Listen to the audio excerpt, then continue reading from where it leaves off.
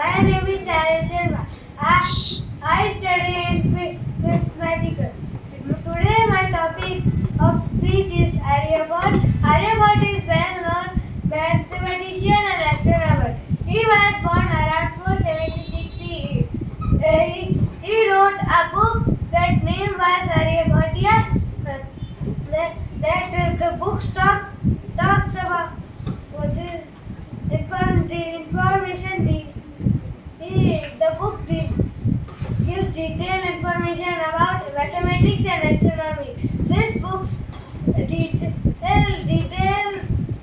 gives detail about talks about different units of time.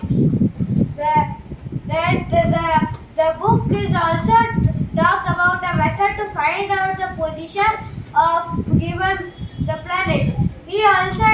Aryabhat is also invented zero. Aryabhat correctly mentioned that Earth rotates on its axis every day. He also proved the eclipse occurs due to shadow cast by the moon.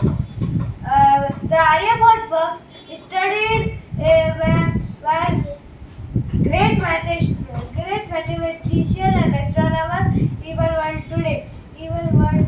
Thank you.